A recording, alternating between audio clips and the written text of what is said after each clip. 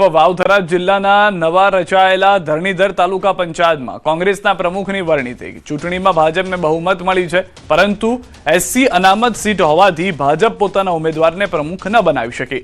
ભાજપના એસસી મહિલા ઉમેદવાર ચૂંટણી હારી ગયા હતા, જેથી કોંગ્રેસના એસસી ઉમેદવાર નીલાબેન સોઢા પ્રમુખ તરીકે બિનહરીફ ચૂંટાયા.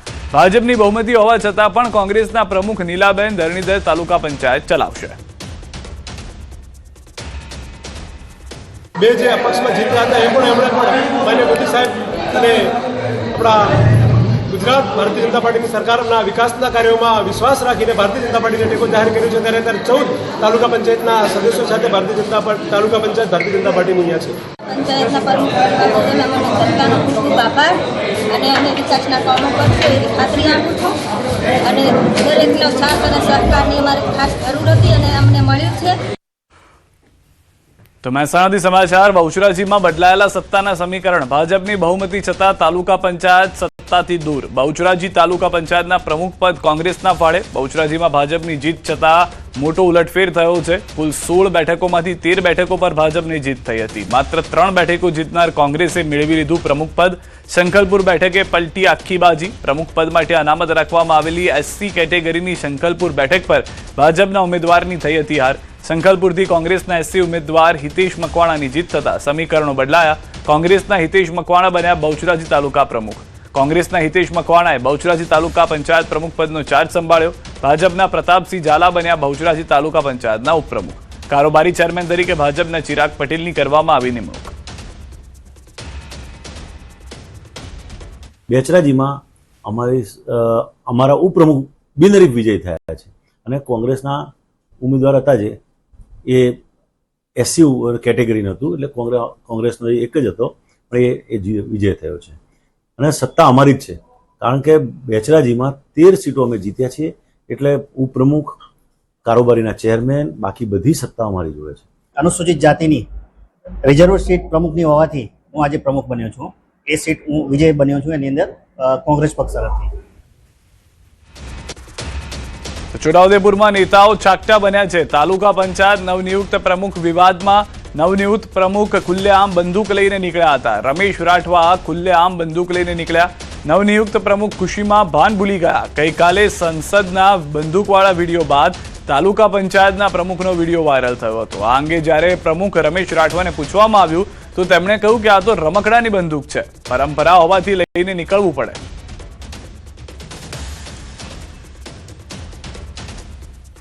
ના, અમારે તો આદિવાસી સમાજની અંદર કોઈ બી પ્રસંગ હોય તો અમારે બધું ચાલતું હોય. બાકી આ તો એવું કંઈ નહીં. રમકડાની બી અને અમારે લોકો પ્રસંગ માટે ખાલી રમકડું બી લઈને આવે છે. ના, એ તો અમારે રમકડાવાળી બી હશે અને અમારા વિસ્તારની અંદર, આદિવાસી વિસ્તારની અંદર લોકો ખાલી રમકડા જેવું રાખે છે. તો અમદાવાદમાં દસક્રોઈ તાલુકામાં ભાજપે આ વખતે નવો અભિગમ અપનાવી નારી શક્તિને પ્રાધાન્ય આપ્યું. ધારાસભ્ય બાબુ જમના પટેલના માર્ગદર્શન હેઠળ દસક્રોઈ તાલુકા પંચાયતના 5 મહત્વપૂર્ણ હોદ્દાઓ પર મહિલાઓની નિયુક્તિ કરવામાં આવી છે, જેમાં પ્રમુખ તરીકે સુનીતા પટેલ, ઉપપ્રમુખ તરીકે મીના બારૈયા, કારોબારી ચેરમેન તરીકે સુમન વાઘેલા, પક્ષના નેતા તરીકે પિનલ પટેલ અને દંડક તરીકે નિશા રબારીની પસંદગી કરવામાં આવી છે. ભાજપના નિર્ણયને વડાપ્રધાન નરેન્દ્ર મોદીના મહિલા સશક્તિકરણના વિઝનને સાકાર કરવાનો પ્રયાસ માનવામાં આવી રહ્યો છે.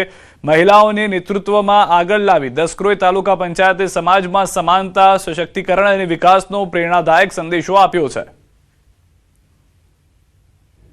વડાપ્રધાન નરેન્દ્રભાઈ મોદી સાહેબ, એમનો એક સંકલ્પ હતો કે મહિલા સશક્તિકરણ દેશની અંદર મહિલાઓને પ્રાથમિકતા આપવી અને મહિલાઓ જ એને આગળ વધે એવી એમનો એક વિચાર છે.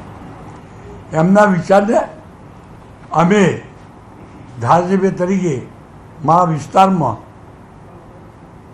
દસક્રોઈ તાલુકાની અંદર તમામ મહિલાઓને સ્થાન આપી અને મહિલા સશક્તિકરણનું ઉદાહરણ મેં પૂરું પાડ્યું છે. તો આણંદ જિલ્લા પંચાયતની પ્રમુખ ઉપપ્રમુખની ચૂંટણીમાં હાઈકોર્ટના એક આદેશે આખું રાજકીય ચિત્ર બદલી નાખ્યું. પ્રથમ ટર્મમાં આદિવાસી મહિલા અનામત બેઠક માટે ભાજપે મોટો ખેલ પાડ્યો, જેમાં ગઈકાલે રદ થયેલું ફોર્મ આજે હાઈકોર્ટે માન્ય રાખવાનો આદેશ આપ્યો. હાઈકોર્ટના નિર્ણયથી કોંગ્રેસના પ્રમુખ બનવાના સપના પર પાણી ફરી વળ્યું. આદેશ બાદ સારસા બેઠક પરથી જીતેલા ભાજપના મયુરીબેન પટેલ જિલ્લા પંચાયતના નવા પ્રમુખ બન્યા, જ્યારે ઉપપ્રમુખ પદ માટે ધુવારણ બેઠકના વિજેતા જીલુભા સિંધા બિનહરીફ ચૂંટાઈ આવ્યા. ચૂંટણી પ્રક્રિયા દરમિયાન જિલ્લા પંચાયત બોર્ડ રૂમમાં ભારે રાજકીય ગરમાવો અને તણાવપૂર્ણ વાતાવરણ જોવા મળ્યું હતું.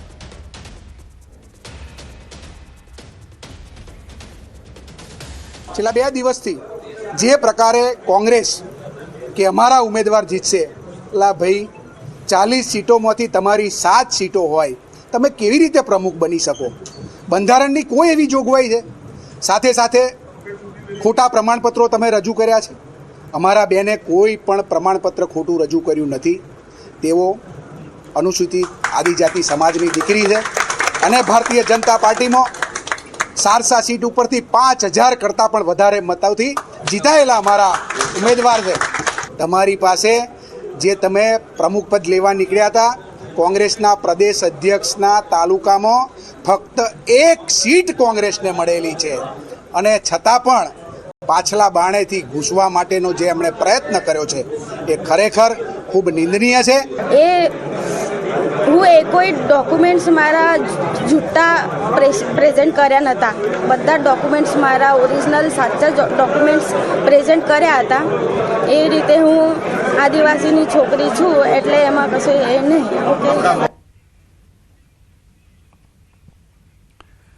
સાબરકાંઠાની 8 તાલુકા પંચાયતોમાં આજે પ્રમુખ અને ઉપપ્રમુખ પદ માટે ચૂંટણી પ્રક્રિયા હાથ ધરવામાં આવી હતી, જેમાં 7 તાલુકા પંચાયતોમાં ભાજપે સત્તા હાંસલ કરી છે, જ્યારે પોશીના તાલુકા પંચાયતમાં આમ આદમી પાર્ટીએ જીત મેળવી હતી. હિંમતનગર, ઈડર, વડાલી, ખેડબ્રહ્મા, તલોદ, પ્રાંતિજ અને વિજયનગર તાલુકા પંચાયતમાં ભાજપે બહુમતીના આધારે પ્રમુખ અને ઉપપ્રમુખ પદ પર પોતાના ઉમેદવારોને વિજેતા જાહેર કર્યા હતા. હિંમતનગરમાં નરેશ પરમાર પ્રમુખ અને ઉષા પટેલ ઉપપ્રમુખ બન્યા, જ્યારે ઈડરમાં દિવ્યા ચૌધરી અને અમૃત ઠાકોરની પસંદગી થઈ હતી. તો બીજી તરફ પોશીના તાલુકા પંચાયતમાં આપે બહુમતી મેળવી જનક ડાભીને પ્રમુખ અને જાગૃતિ પરમારને ઉપપ્રમુખ તરીકે સત્તાવાર રીતે જાહેર કરવામાં આવ્યા હતા.